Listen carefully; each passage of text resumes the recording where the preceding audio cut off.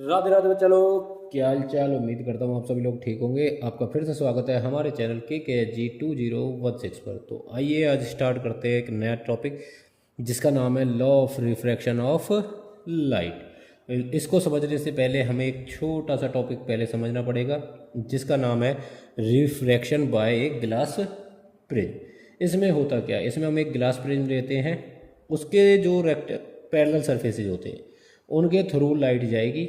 अब वो लाइट कैसे जाती है, जैसे कि हम फिगर में देख सकते हैं। पहले हमारी इंसिडेंट रे आई, वो रेयर मीडियम में से डेंसर मीडियम में गई, तो डेंसर मीडियम में जाएगी तो वो टुवार्ड दी नॉर्मल हो जाएगी, और जो रे आएगी उसे हम क्या बोलेंगे, रिफ्रैक्टेड रे बोलेंगे। उसके बाद डेंसर मीडियम में से रेयर मीडियम में लाइट आएगी, वो अभी दी नॉर्मल चली जाएगी, तो उस रे को हम क्या बोलेंगे, इमरजेंट रे बोलेंगे। अगर इन इमरजेंट रे और नॉर्मल इंसिडेंट रे को आगे बढ़ाया जाए तो इनके बीच में एक परपेंडिकुलर डिस्टेंस ली जाए, उसे हम क्या बोलते हैं, लेटरल डिस्प्लेसमेंट बोलेंगे ऑफ द इमरजेंट रे का। ठीक है, और जो एंगल बनेगा, ये वाला एंगल, ये एंगल होता है एंगल ऑफ इमरजेंस, और ये हमारे वो इस जाने पहचाने एंगल ऑफ रिफ्रैक्शन और एंगल ऑफ इंसिडेंट। बस इसमें इतना ही था।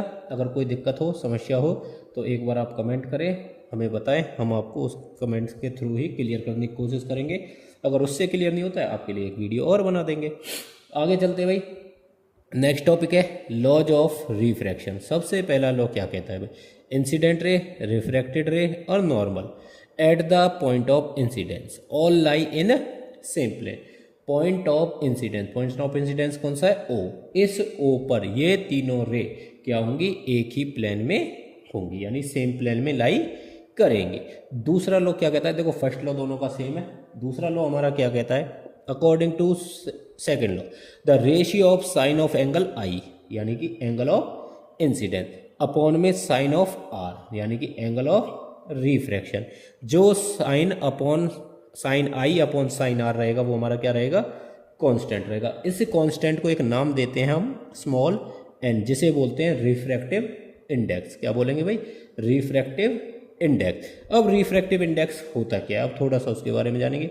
यह किसी भी मटेरियल की कोई प्रॉपर्टी होती है जिस पर स्पीड ऑफ लाइट डिपेंड करती है जब लाइट उस मटेरियल में एंटर होगी। जैसे हमारे पास कुछ मीडियम होते हैं, देखो मैंने मटेरियल यूज कर दिया है, मीडियम भी यूज कर सकते हैं। जैसे मीडियम में हमारे गिलास आते हैं, वाटर आता है, कोई और मीडियम हो सकता है, एयर है। अब उनमें जो स्पीड ऑफ लाइट डिपेंड करती है, वो स्पीड ऑफ लाइट इसी रिफ्रैक्टिव इंडेक्स पर डिपेंड करती है। अब जो एन है, एन एक यूनिटलेस क्वांटिटी होता है।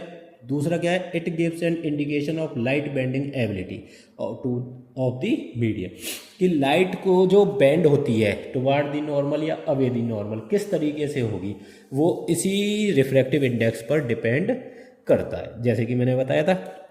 आगे चलते हैं भाई, आगे हमारा refractive index and speed of light. देखो स्पीड ऑफ लाइट और रिफ्रैक्टिव इंडेक्स एक दूसरे के इनवर्सली प्रोपोर्शनल है। देखो एक पहले इसे समझते हैं, 1 and 2। इसका मतलब क्या है, देखो n2 को मैं लिखता हूँ ऊपर, अपॉन में n1। इसका मतलब है refractive index of medium second with respect to medium first. जो रिफ्रैक्टिव इंडेक्स है सेकंड मीडियम का विद रेस्पेक्ट टू फर्स्ट, उसे हम दो तरीके से लिख सकते हैं, n2 अपॉन n1 करके, या फिर 1 and 2 लिखकर। ठीक है, अब इसमें हमें पता, देखो क्या होता है भाई, जो n2 है वो इनवर्सली प्रोपोर्शनल हो गया किसके, v1 अपॉन v2 के। सिमिलरली n1 है जो इनवर्सली प्रोपोर्शनल हो जाएगा 1 अपॉन v1 के। अब जो यहाँ से आएगा कांस्टेंट आता है हमारा c, डायरेक्टली प्रोपोर्शनल या इनवर्सली प्रोपोर्शनल को जब भी हटाते हैं तो एक कांस्टेंट आता है c। अब अगर हम इन्हें डिवाइड करते हैं n2 डिवाइडेड बाय n1, तो क्या आएगा, n2 एक मिनट से क्लियर कर देते हैं, n2 divided by n1 is equal to 1 upon v2 into में 1 अपॉन v1। 1 से 1 कटेगा तो क्या बचेगा, v1 अपॉन v2, जो सेम क्वांटिटी हमारे पास आ जाएगी। तो कहने का मतलब क्या है, जो रिफ्रैक्टिव इंडेक्स है किसी भी मीडियम का, वो डिपेंड करता है, उसकी जो वेलोसिटी है वो डिपेंड करेगी किस पर, रिफ्रैक्टिव इंडेक्स पर। और वो कैसा होता है, इनवर्सली प्रोपोर्शनल होता है किसके, वेलोसिटी ऑफ लाइट के इन दैट मीडियम। उम्मीद करता हूँ क्लियर हो गया होगा, कोई डाउट हो तो पूछ लेना। अब कुछ और टर्म्स है हमारे पास जिन्हें हम समझेंगे। When light is going from one medium to another medium the value of refractive index is called relative refractive index. जब लाइट एक मीडियम से दूसरे मीडियम में जाती है, किसको छोड़ के, वैक्यूम और एयर को छोड़ के, वैक्यूम और एयर को छोड़कर, तो उसे हम क्या बोलते हैं, रिलेटिव रिफ्रैक्टिव इंडेक्स बोलेंगे। क्या बोलेंगे भाई, relative refractive index. When light is going from vacuum to another medium, जब लाइट वैक्यूम में से किसी भी मीडियम में जाएगी तो उसे बोलते हैं एब्सोल्यूट रिफ्रैक्टिव इंडेक्स। क्या बोलेंगे भाई, एब्सोल्यूट रिफ्रैक्टिव इंडेक्स। अब जो होता है the refractive index of medium with respect to air is also considered as absolute refractive index. ये वही डेफिनेशन है, देखो भाई, जैसे हमने पीछे निकाली थी ना, रिफ्रैक्टिव इंडेक्स वन मीडियम का दूसरे मीडियम के रेस्पेक्ट में, तो यहाँ हमने किसका बोला, refractive index of medium with respect to air, उसे हम क्या बोलेंगे, absolute refractive index. Next point आता है भी हमारा the ratio of speed of light in vacuum, the ratio of speed of light in vacuum और air to the speed of light in medium is called refractive index of that medium. जैसे कि मैंने बताया था, क्या था, N1, एक second, क्या बोला था भाई, N1 is inversely proportional 1/V।